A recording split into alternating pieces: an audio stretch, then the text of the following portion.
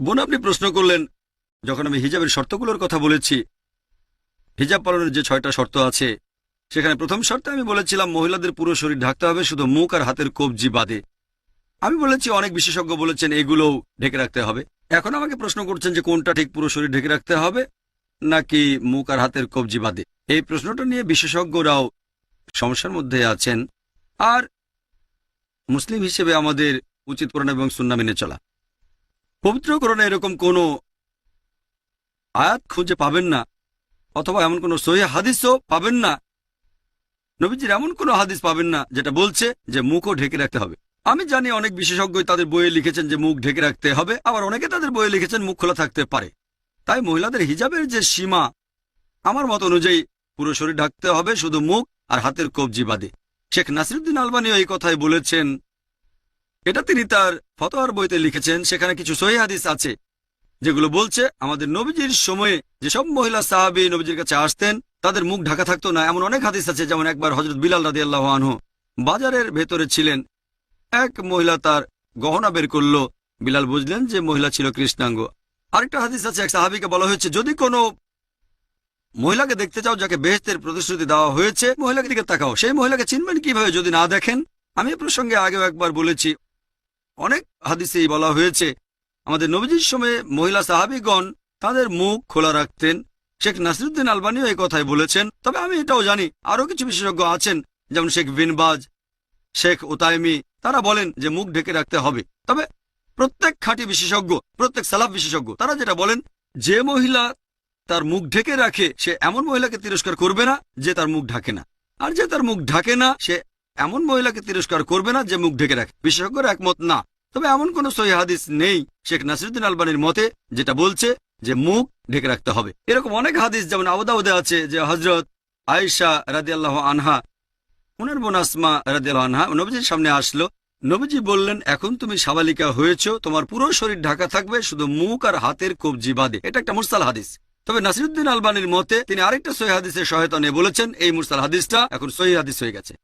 তিনি বেশ কিছু সহিহ হাদিসের উদ্ধৃতি দিয়েছেন যেগুলো বলছে কোনো মহিলা মুখ খোলা রাখতে চাইলে রাখতে পারে, তাহলে মুখ খোলা রাখাটা ফরজ না, এটা মুস্তাহাব। যদি কোনো মহিলা তার মুখ ঢেকে রাখে, আলহামদুলিল্লাহ, সুম্মা আলহামদুলিল্লাহ, এটা ভালো, আমি কখনোই আপত্তি জানাবো না। তবে আল্লাহ এবং তার রাসূল যে জিনিসটাকে ফরজ করেননি কোনো মহিলা বা কোনো বিশেষজ্ঞই তখন সেটাকে মুসলিমাদের জন্য ফরজ করতে পারবেন না। শুধু খালি ওই যে স্বামী কবরস্থানে এখানে দাঁড়িয়ে হাত তুলে দোয়া করছেন, এইটুকু গেছেন বাইরে, তাই মাথায় কাপড় দিয়ে যাচ্ছেন। উনি বলছেন যে দেখলাম আল্লাহর নবী আমার পাশে শুয়ে গেলেন জুতা স্যান্ডেল কাপড় চোপড় রেখে। তারপর তিনি ভাবলেন যে আমি ঘুমিয়ে গেছি, কিন্তু আসলে আমি ভান করে ঘুমিয়ে আছি। আমি আল্লাহর নবীকে দেখবো তিনি যান কোথায়, আমি ঘুমাইনি, আমি ভান করে ঘুমিয়ে আছি। তিনি উঠলেন, জুতা স্যান্ডেল নিলেন, কাপড় নিলেন, ধীরে দরজাটা খুললেন, বাইরে চলে গেলেন। আমিও উঠলাম, কাপড় চোপড় নিলাম, মাথায় কাপড় দিয়ে নিলাম।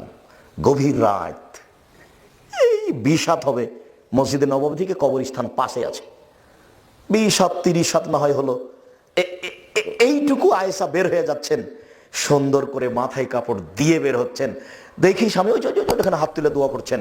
ঘুরলেন, আমিও ঘুরলাম। জোরে হাঁটলেন, আমিও জোরে হাঁটলাম। দৌড়ালেন, আমিও দৌড়ালাম। আমি আগে বিছানে চলে এসেছি। আল্লাহ নবী আমার পাশে এসে বলছেন, কি খবর আয়েশা, মোটা শ্বাস কেন?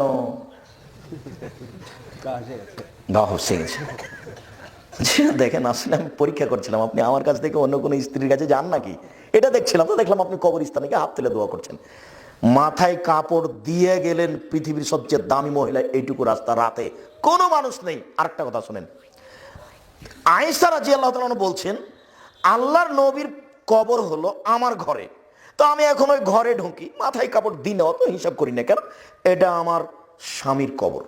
কয়দিন পরে কবর হলো ওখানে আমার বাপের, তখন আমি মাথায় কাপড় দিনে এমনিতেই ঢুকি, কেন এটা আমার স্বামীর কবর, এটা আমার বাপের কবর। কয়দিন পরে ওখানে কবর হলো উমারের, তখন আমি লজ্জা করি, না না না না, এখানে একজন বেগানা পুরুষ আছে, বড় শক্তিশালী মেজাজি মানুষ, আমার বড় লজ্জা হয় ওমরকে। আমি সেদিন থেকে ওখানে মাথায় কাপড় ছাড়া একদিনও ঢুকিনি। আয়েশা, মরা মানুষকে লজ্জা করেন, মাথায় কাপড়ে তো ঢোকেন, আর আপনি মহিলা মানুষ, আপনার শরম হয় না? কি করে আপনি ছোট ব্লাউজ পরে পুরুষের সামনে হাঁটেন? আপনার একটু লজ্জা হয় না কেন? কি করে আপনি মাস্টার ডিগ্রি পাস মহিলা আপনার মাথায় কাপড় নিয়ে দিন রাত ঘুরে বেড়াচ্ছেন? আপনার একটু লজ্জা হয় না কেন? শরম হয় না কেন? হায়া হয় না কেন? আপনার স্বামী কা পুরুষ একটু বলে না কেন? আপনার বাপ কা পুরুষ একটু বলে না কেন? সব মিলে সংসার, বাপ মিলে সংসার, স্বামী মিলে সংসার, স্বামী স্ত্রী মিলে সংসার, লাঠি দিয়ে সংসার, এ কথা মোহাম্মদ সাল্লাল্লাহু আলাইহি ওয়াসাল্লাম বলেছেন, আমি বলিনি।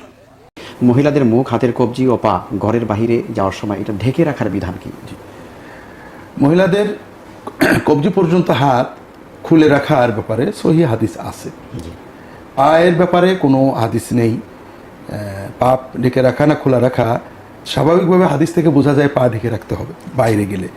কারণ রাসূলুল্লাহ সাল্লাম যখন বললেন পুরুষদের টাকনুর উপরে কাপড় পরতে হবে, তখন মহিলারা প্রশ্ন করলেন, ইয়া রাসূলুল্লাহ আমরা কি করব? তিনি বললেন 1 বিঘত নামিয়ে দেবে। তখন তারা বললেন যে 1 বিঘত নামালে তো পায়ের পাতা বেরিয়ে যাবে। তখন তিনি বললেন আরো 1 বিঘত নামিয়ে দেবে। যদি কাপড় নাপাক হয়ে যায়, পরবর্তী মাটিতে চললে ওটা পাক হয়ে যাবে। তো এতে বোঝা যায় যে পা আবৃত থাকবে। কোন কোন ফকি বলেছেন পায়ের উপরের পাতাটা খোলা যেতে পারে, কিন্তু হাদিসের আলোকে বোঝা যায় পাটা আবৃত থাকবে। এই জন্য মহিলারা বাইরে গেলে ঘরের বাইরে বা গায়ের মাহরাম পুরুষদের সামনে পাটা পুরো আবৃত রাখবেন, এটাই বোঝা যায় হাদিসের আলোকে। মোজা পরবেন, ভালো মোজা। আর হাত কবজি পর্যন্ত হাত খোলা রাখার ব্যাপারে কিছু হাদিস আছে।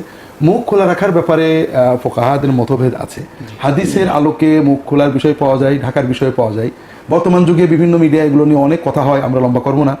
তবে কোরআন কারিমে আল্লাহ তাআলা বলেছেন মেয়েদের জন্য ইদুনিনা আলাইহিন্না মিন জালাবিবিহিন্না, তারা যেন তাদের মাথার কাপড়টা নামিয়ে দেয়। জিলবাব যেটা বাইরের কাপড়, মাথা ঢাকা হয়, বোরকা জাতীয়। তে মাথার কাপড় যদি নামিয়ে দেওয়া হয় তাতে মুখটাই ঢাকা হয়।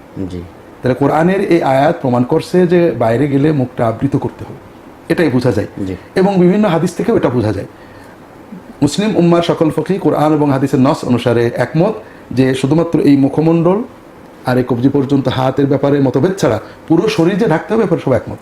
মাথার চুল, কান, ঘাড়, গলা বাইরে রাখা যাবে না, বাইরে যেতে বা গায়ের মাহরাম পুরুষদের সামনে, এ ব্যাপারে সবাই একমত। হাদিসের ব্যাপারে স্পষ্ট, কোরআন স্পষ্ট।